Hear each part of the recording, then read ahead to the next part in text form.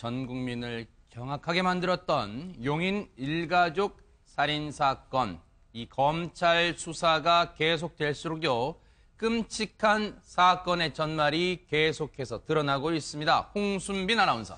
네, 그동안 이 김 씨가 경기도 용인에서 친모를 포함한 일가족을 살해한 원인이 경제적인 이유가 아닐까 하는 얘기들이 있었습니다. 그랬었죠. 그런데 실제로 이와 연관성이 있어 보이는 증거들이 드러나고 있습니다. 아하, 네. 이제 범행 며칠 전에요. 네. 이 살해당한 친모와 아들이 문자를 주고받은 흔적이 있었습니다. 아하. 그런데 그 내용을 보니까 네네. 이 엄마가 돈이 없어서 미안하다라는 아하. 내용의 메시지를 아들한테 보낸 거예요. 아하, 네. 이 어머니가 실제로 이 몇 달 동안 최근까지 네. 이 아들에게 용돈을 간간히 주다가 아하. 이제 그 돈을 못 주겠다고 아하. 얘기를 한 겁니다. 네. 그러자 아들이 이 어머니를 걱정하기는커녕 네. 오히려 이 말에 발끈해서 아하. 어머니를 살해하고 네. 또 어머니 계좌에서 1억 2천여만 원을 빼낸 뒤 네. 뉴질랜드로 도피한 거죠.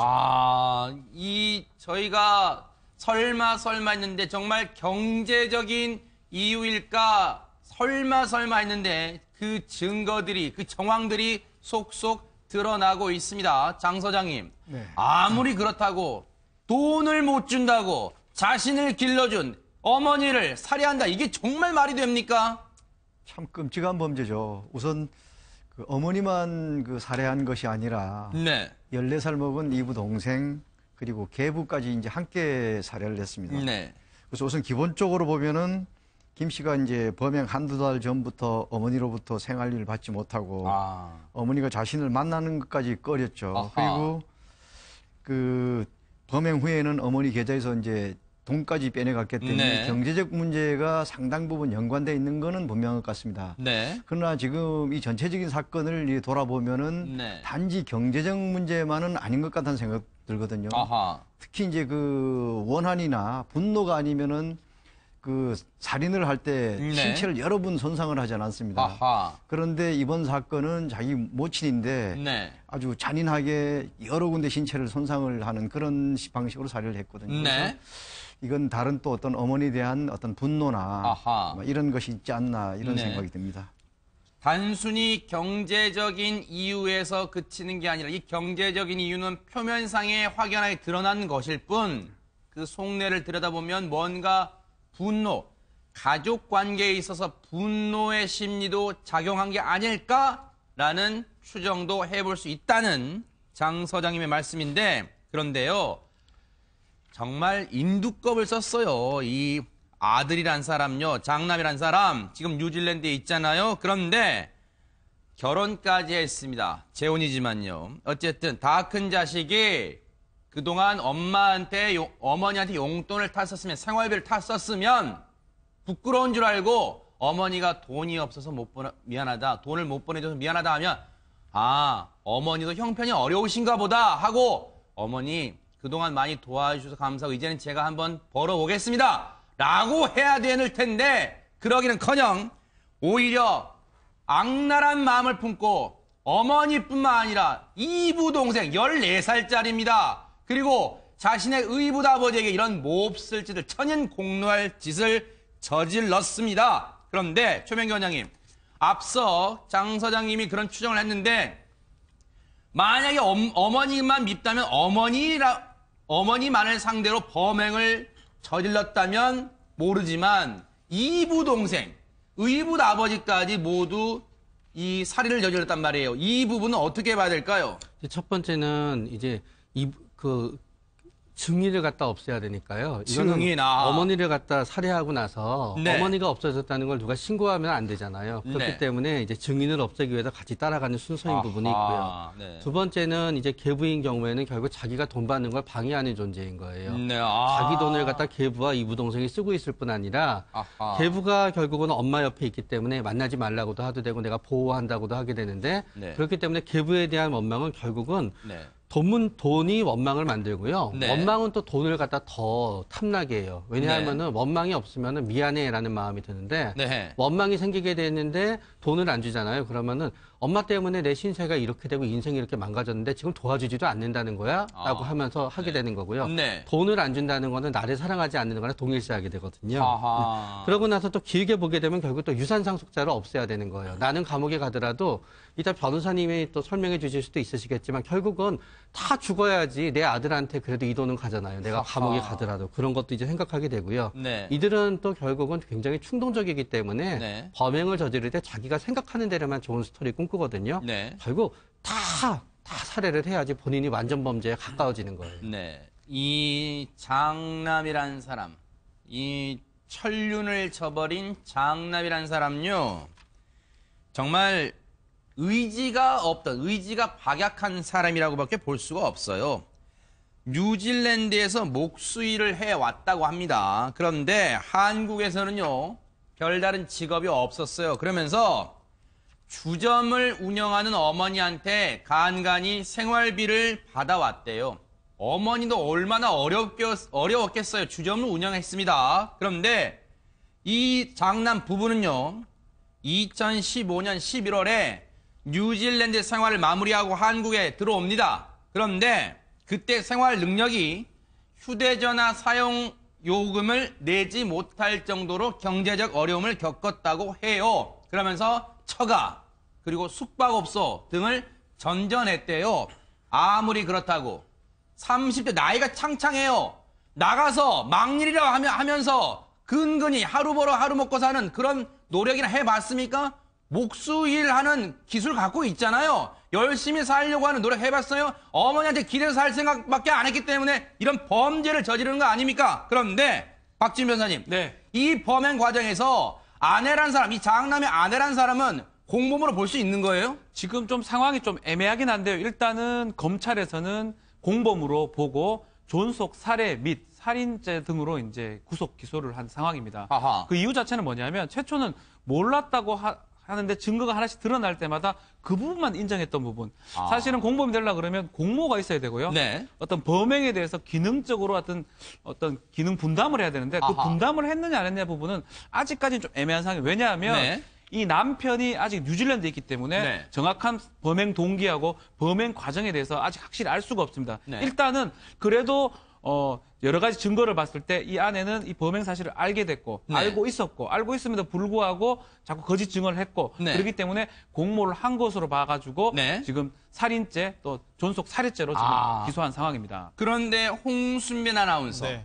이 아내란 사람 검찰에 송치될 때 네. 그 취재진 앞에서 뭔가 쪽지를 보여줬잖아요. 그렇습니다. 이제 취재진 앞에서 이 육성은 드러내지 않고 쪽지 한 장을 드러냈는데 네. 바로 이 쪽지입니다. 아하. 이 쪽지의 내용을 보면 숨진 이 시부모가 네. 제3 상속 문제로 자신의 딸들을 납치하고 해친다고 네. 이 남편이 그랬습니다. 아하. 그래서 가만히 있을 수는 없었습니다. 네. 그렇다고 남편과 공모한 것은 아니고 네. 남편이 범행하는 것을 알고만 있었습니다. 제 억울함을 풀어주세요. 네. 이렇게 얘기를 했습니다. 자, 일단 쪽지 내용을 읽어볼게요. 일단 돈 때문이 아니랍니다. 그리고 자신의 딸들을 살리고 싶었대요. 이게 무슨 말인가 하고 봤더니 뒤에 문장이 그거예요. 저희 딸들을 납치하고 해한다는데 어느 부모가 화가 안 납니까? 이게 지금 당시에 이 아내란 사람이 검찰에 송치되기 전에 포토라인에 서가지고 취재진을 향해 느닷없이 쪽지를 펴서 펼쳐 보였던 장면입니다.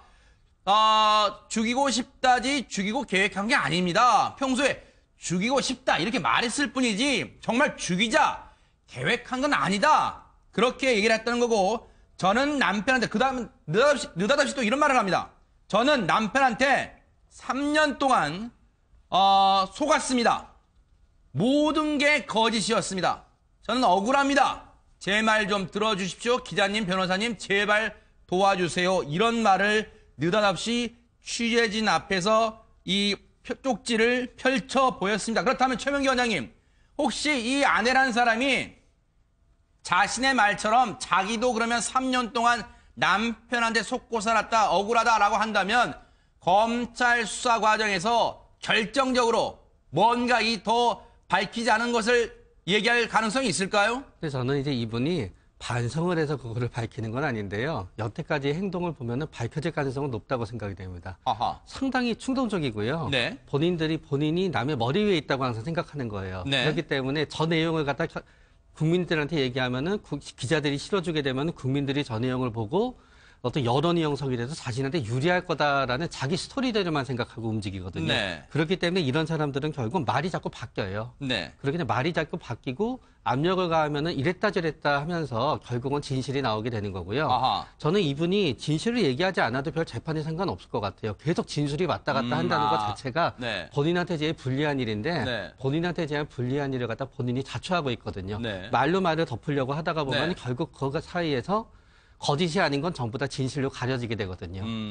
바로 저 장면이에요. 지금 검찰의 송치되기 전에 손에 쥐고 있던 이 메모지를 꼬깃꼬깃 접었던 메모지를 펴면서 저렇게 언론 앞에서 이 들어 보였던 아내라는 사람입니다. 그런데 박준 변호사님, 네. 지금 검찰도 이 뉴질랜드에 있는 남편이라는 사람과 집 이 사건의 장남 그리고 이 아내라는 사람 공모 관계를 밝히려면 뭔가 결정적 한방, 결정적 증거를 찾아내야 될 거 아니에요. 그렇습니다. 결정적 증거가 나왔습니다. 소위 말하는 뭐 빼도 박도 못하는 증거 하나가 아하. 이 통화 내역이 이제 녹음이 됐는데 아하. 이 사람들은 지금 앞서 얘기했지만 휴대전화 낼 돈이 없어서 휴대전화 사용을 못했고요. 리조트에서 이제 전화를 했던 내용이 녹음이 됐고 그 내용 자체가 뭐 조금 방송에서는 부족한데 뭐 2마리는 어쩌고 1마리는 어쩌고 그래서 내용 자체를 봤을 때는 이 아내가 범행 사실을 충분히 인지하고 있었고 아하. 또 옷을 뭐 준비해라 이런 것들을 봤을 때 네. 아내가 역시 범행 사실을 인정하고 알고 있었기 때문에 공모로 볼 수 있는 충분한 증거로 본 겁니다. 아하. 그렇기 때문에 이 녹음 내용 때문에 아마 이 아내는 조금 어려운 상황이에요. 그러니까 저렇게 쪽지를 진작에 뭐 쓰든지 해야 되는데 이제 와서 하나씩 걸릴 때마다 지금 얘기를 하기 때문에 네. 충분한 증거가 되지 않을까 보입니다. 근데 홍순빈 아나운서, 지금 박준 변호사님이 장남과 그 아내가 통화한 내용이 녹음이 돼 있다고 하는데 대체 휴대전화상에 녹음된 거예요? 대체 어떤 녹음 내용을 말하는 겁니까? 검찰은. 그러니까 이제 남편의 입장에서는 휴대전화를 사용을 하고 있었고 네. 아내에서는 이 범행 전에 마련한 그 횡성의 그 콘도 있지 않습니까? 콘도 네, 리조트. 아하, 네. 거기 있는 객실 전화를 사용한 겁니다. 아하. 그런데 이제 그 이유가 네. 당시 이제 경제적으로 너무 어려우니까 네. 이 부부 양쪽의 휴대전화 요금을 낼 형편이 안 됐다고 합니다. 네. 그래서 남편은 휴대전화를 사용하고 아하. 이 아내는 객실에 있는 전화를 사용해서 네. 이제 통화를 한 건데 아하. 예전에 뭐 1마리 잡았다, 2마리 잡았다 이런 내용이 뭐 문자 메시지냐, 뭐 전화 통화냐 이런 얘기 있었잖아요. 네. 근데 그 얘기도 바로 이 전화 통화에서 했다고 합니다. 아, 2마리 잡았다, 1마리 남았다. 이 리조트가요.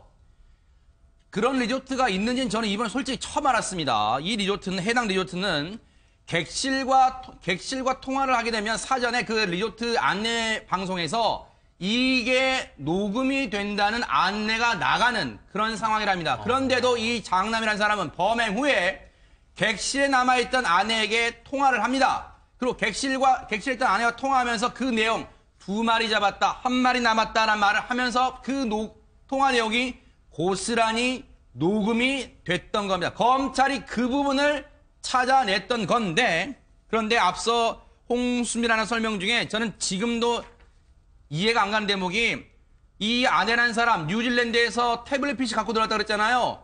태블릿 PC 살 돈은 있는데 휴대전화 낼 돈은 없다. 이것도 석연치가 않아요. 뭔가 이것도 좀 알아봐야 될 것 같아요. 어쨌든 그 통화 내용이 고스란히 남아 있어서 결국 덜미를 잡히게 됐는데, 장 소장님, 이 부분 가지고는 충분히 공범 관계라고 볼 수 있는 거 아니에요? 어떻습니까?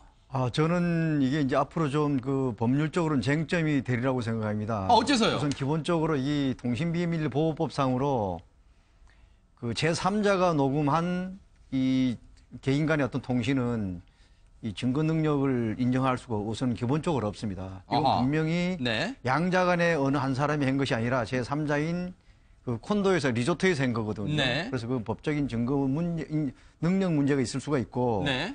또 하나는 이 사건이 아주 지극히 좀 이례적인 겁니다. 네. 그 주범 조사 없이 지금 이 공범이라고 한 그 철을 아내를 구속한 거 아닙니까? 아, 그러네요. 그 기본적으로 어떤 범죄 사실을 특정해 놓고 한 것이 아니라 네. 이 상황의 중대성 이런 것 때문에 아마 법원도 영장한 거로 보는데 기본적 사실관계가 아직까지는 드러나 있지 않습니다. 아. 그리고 이 아내가 한 행위는 지금까지 드러난 행위는 네. 가령 범죄 예비 단계에서 신고를 안 했다거나 네. 아니면 범죄 실행 중인 사실을 수사기관에 신고 안 했다고 해서 이걸 갖다 공범관계를 인정할 수 있느냐. 네. 이 부분은 조금 그렇게 녹록한 문제는 아니라고 생각합니다. 아하. 그래서 이 부분이 상당히 앞으로 이제 그 재판 전개 과정이라든가 네. 수사 과정에서 쟁점이 될 것이라고 저는 그렇게 생각하고 있습니다. 그럼 박준 변호사님, 검찰도 이 부분이 증거 능력이 인정받을지 지금 여부에 대해서 네. 뭔가 충분히 검토를 했을 거 아니에요? 일단은 원래는 대화자끼리 녹음하는 거는 가능합니다. 네. 전화를 하면서 한 명이 뭐 동의받지 않고 녹음해도 가능한데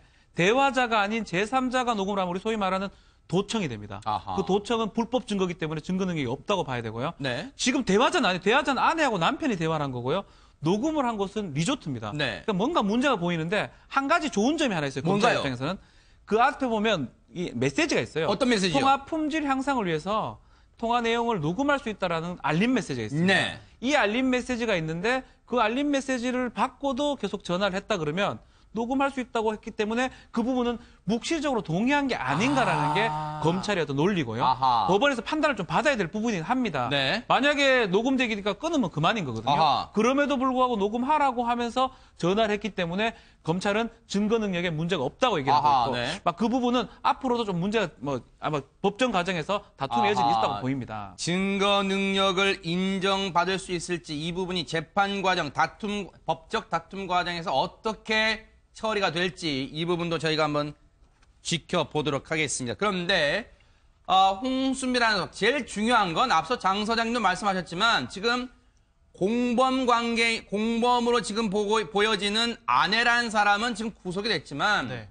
주범 역할을 한 아들은 장남은 뉴질랜드에 있단 말이에요. 하루빨리 데려와야 되는 거 아니에요, 지금? 그렇습니다. 이제 하루빨리 데려와서 그 아들의 얘기를 들어봐야겠죠. 네네. 그래서 이제 우리나라와 이제 뉴질랜드 당국이 이제 협조를 하면서 그걸 이행을 하려고 합니다. 지난 23일에요. 이제 용인 일가족 살해범 송환을 위해서 뉴질랜드 당국에 우리나라 당국이 범죄인 인도를 청구한 상태라고 합니다. 네. 사실 뭐 지난달 29일에도 이 절도 혐의로 이 남성이 체포가 되니까 긴급 인도 구속 청구에 나서긴 했는데 네. 이제 그걸로 인해서 이제 12월 중순까지는 구속이 돼 있을 예정이고요. 아하. 이제 최대한 빨리 그 남성을 이제 본국으로 송환할 예정이라고 합니다. 12월 중순까지는 이 장남의 구속 기간, 뉴질랜드 사법당국에 의한 구속 기간이 12월 중순까지래요. 그래서 잘 되면 지금 절차가 조금 신속하게 이루어지면 그 이전에 한국으로 데려오는 것도 가능할 것으로 보고 있다고 법무부 관계자가 밝혔어요.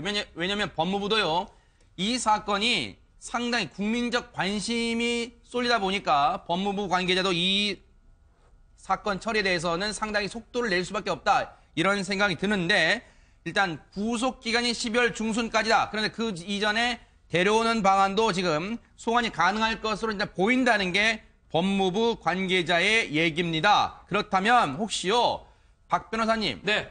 앞으로 검찰이 할 이 부부에 대해서 지금 여러 가지 혐의가 있을 수 있잖아요. 그렇죠. 네. 가장 중요한 부분은 과연 금전을 목적으로 살해를 했던 부분입니다. 네. 강도 살인죄가 될 수 있느냐, 될 수 없느냐 부분이고, 아하. 이 부분도 이 남편이 돌아와 봐야지만이 확인이 확실히 가능합니다. 아. 또 아내 부분도 추가 증거 부분이 필요하고, 강도 살인이 된다 그러면 존속 살해보다 훨씬 형이 높습니다. 아하. 존속 살해죄 같은 경우는 사형 무기 7년 이상의 징역인데요. 강도 살인은 사형하고 무기징역밖에 없습니다. 아하. 그렇기 때문에 검찰 입장에서는 강도 살인죄를 오히려 적용을 하려고 지금 하고 있는 상황이고, 네. 일단은 남편이 송환돼서 한국에 왔을 때 구체적인 정황하고 또 아내의 가담 여부, 가담을 했다면 어느 정도 가담을 했는지 네. 이런 것들을 좀 확인해야 되고, 기소는 했지만 네. 추가 증거 조사라든지 이런 것들은 필요한 그런 상황입니다. 아하.